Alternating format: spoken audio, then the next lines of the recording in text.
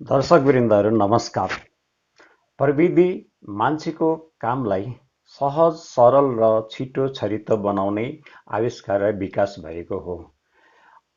प्रविधिको कुरा गर्दाखेरि दूरसञ्चार क्षेत्रमा विकास र आविष्कार र विकास भएको सबभन्दा लेटेस्ट प्रविधि जसलाई स्मार्टफोन या मोबाइल फोन भनिन्छ। यसको प्रयोगले त हाम्रो जीवनमा सोच्नै नसकिने, कल्पनै गर्न नसकिने परिवर्तन आइदियो।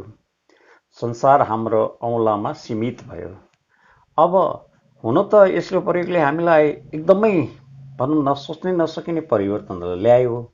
तर साथसाथै यसमा हाम्रो धेरै जस्तो समय चाहिँ व्यतीत भएको कारणले गर्दाखेरि हाम्रो जिन्दगीको क्रिएटिभ समय घट्न थाल्यो।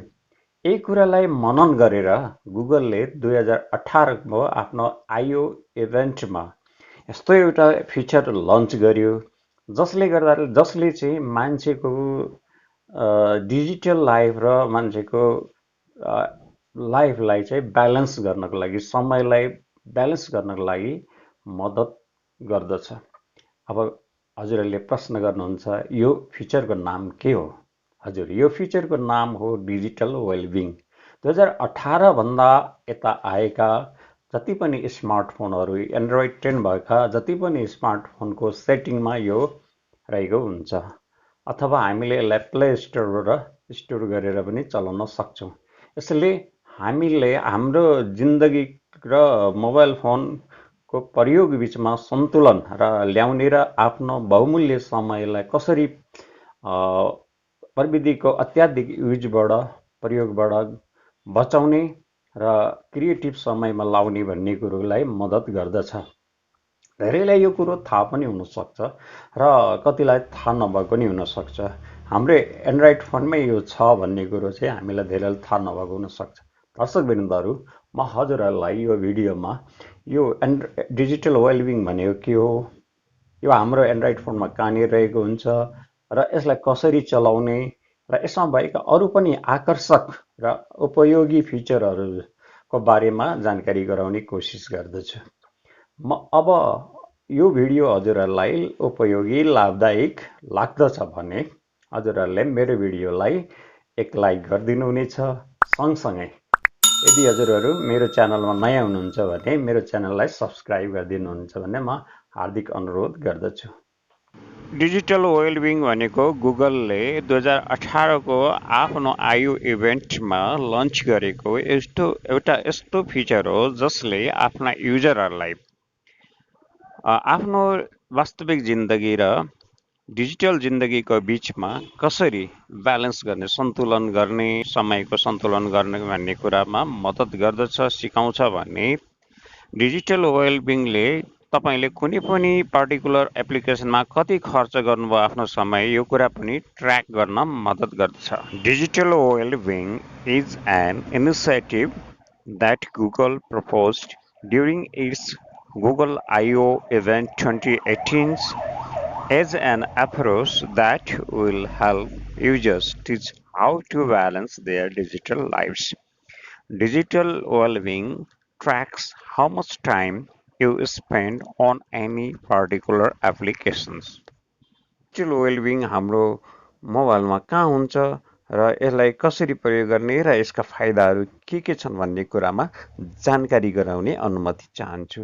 यसको लागि सर्वप्रथम हामीले आफ्नो मोबाइलको सेटिङमा जानुपर्ने हुन्छ। सेटिङमा टच गर्ने बित्तिकै सेटिङ यसरी खुल्न आउँछ।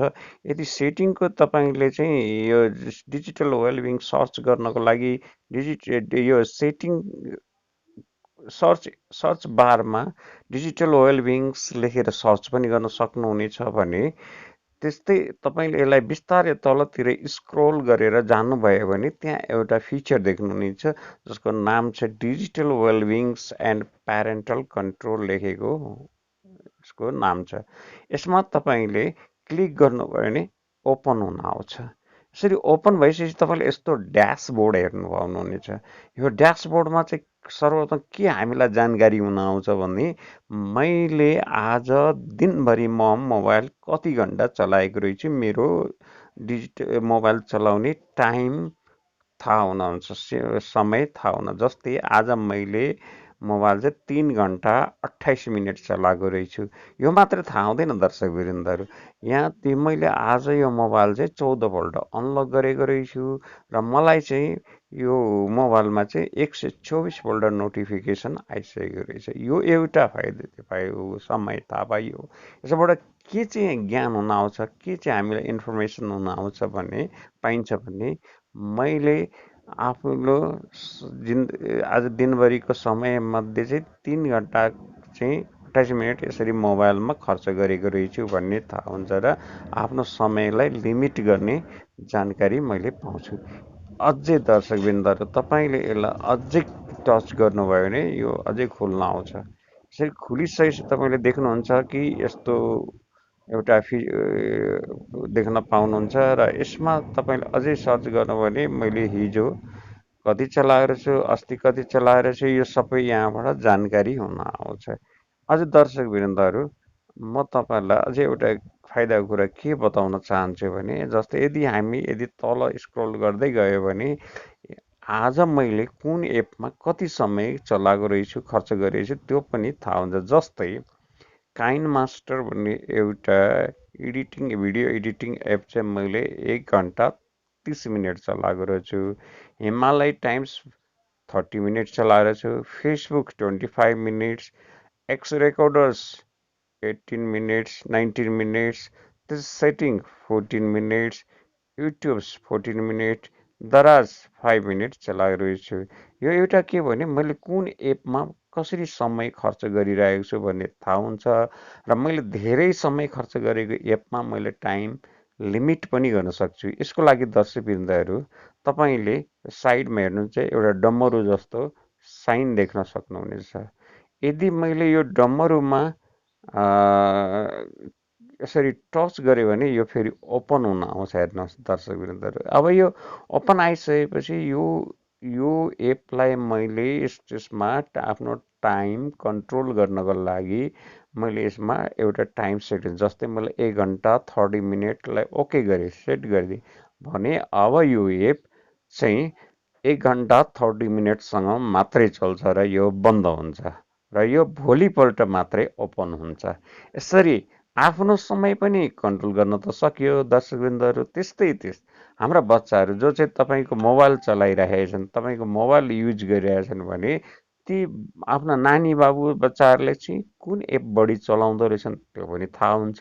सँगसँगै त्यो एपमा हामी टाइम लिमिट राखेर कन्ट्रोल पनि गर्न सक्छौँ। यदि फेरि हामीले यो टाइम लिमिट हटाउनु पर्यो भने फेरि त्यसैमा क्लिक गर्ने र डिलिट टाइमर भन्नेमा जानेर टाइमरलाई डिलिट गरेपछि फेरि यसबाट हट्न जान्छ। यो हामीलाई यसरी आफ्नो समयलाई कन्ट्रोल गर्नको लागि, बच्चाहरूको समयलाई कन्ट्रोल गर्नको लागि पनि यसले धेरै धेरै मद्दत गर्दछ।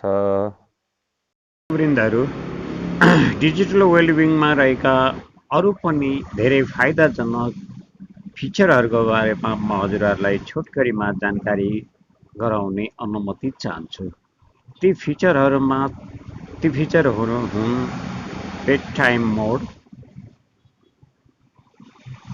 फोकस मोड र म्यानेजिङ अफ नोटिफिकेसन्स र डु नट डिस्टर्ब्स र प्यारेन्टल कन्ट्रोल।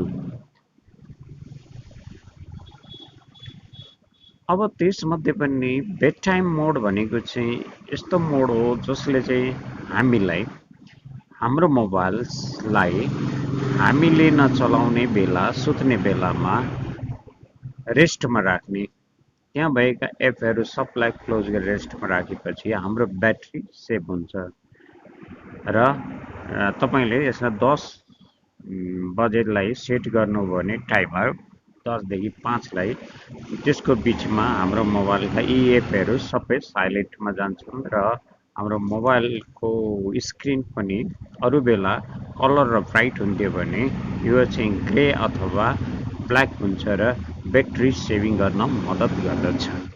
अर्को छ फोकस मोड। अब फोकस मोड भनेको यस्तो मोड हो, यस्तो फिचर हो जसले कुनै एपहरू, हाम्रो मोबाइलमा भएका एपहरू जसले हामीलाई चाहिँ फ्रिक्वेन्टली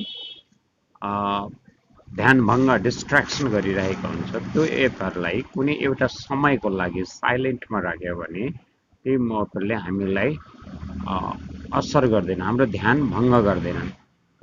यसरी यी एपहरूलाई सेलेक्ट गरिसकेपछि तपाईँले यसलाई टर्न ओनमा जान सक्नुहुन्छ र यसलाई कति मिनट यिनीहरूलाई चाहिँ साइलेन्टमा राख्ने। जस्तै म 5 मिनट यसलाई साइलेन्टमा राखेँ होइन। यदि 5 मिनट साइलेन्ट राख्यो भने यिनीहरू 5 मिनटसम्म मलाई डिस्टर्ब गर्दैन, त्यो अवधिसम्म म डिस्टर्ब हुने। त्यसपछि फेरि हामी यी एपहरूलाई रिज्युम गर्न सक्छौँ। यसरी त्यहाँबाट फोकस मोडबाट हटाउन सकिन्छ। यो त भयो फोकस मोड। अब एउटा अर्को छ नोटिफिकेसन्स। कुनै एपमा आइरहेको फ्रिक्वेन्टली आइरहेका नोटिफिकेसनले हाम्रो ध्यान एकदम विकेन्द्रित गर्ने, डिस्ट्र्याक्सन गर्ने काम गर्छ। त्यस्ता एपहरू जस्तै अहिले हेर्नुहोस्, मेरो यो मोबाइलमा चाहिँ धेरै नोटिफिकेसन अन छ भनेपछि मलाई त्यस्ता सबै एपहरूबाट आएको नोटिफिकेसन्सहरूले चाहिँ हैरान पारिरहेको हुन्छ।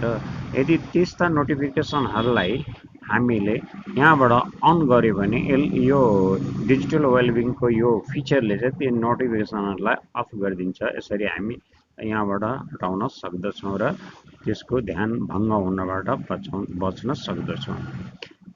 दर्शकवृन्दहरू, अर्को छ डु नट डिस्टर्ब्स।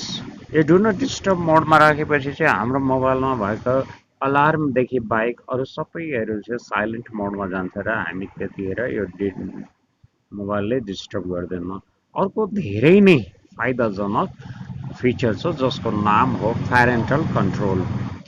दर्शकवृन्दहरू, यदि तपाईँको बच्चासँग पनि मोबाइल छ, तपाईँसँग मोबाइल छ भने बच्चाले मोबाइल चलाएर हैरान बनाएको छ, विभिन्न खालका एपहरू हेर्छ, विभिन्न हानिकारक एपहरू हेर्छ भने गुगलले एउटा यस्तो फिचर ल्याएछ जसले आफ्नो मोबाइलबाट बच्चाको मोबाइललाई पनि हजुरले निगरानी र कन्ट्रोल गर्न सक्नुहुन्छ।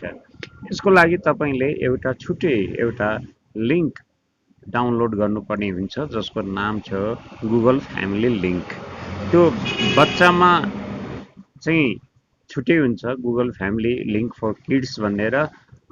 अर्को प्यारेन्ट्सहरूको मोबाइलमा चाहिँ गुगल लिङ्क्स फर प्यारेन्ट्स भन्ने डाउनलोड गर्नुपर्छ र कन्ट्रोल गर्न सकिन्छ, निगरानी गर्न सकिन्छ। दर्शकवृन्दहरू, म हजुरहरूलाई यो प्यारेन्टल कन्ट्रोलको बारेमा चाहिँ अर्को भिडियोमा पनि बुझाउने, जानकारी दिने कोसिस गर्नेछु।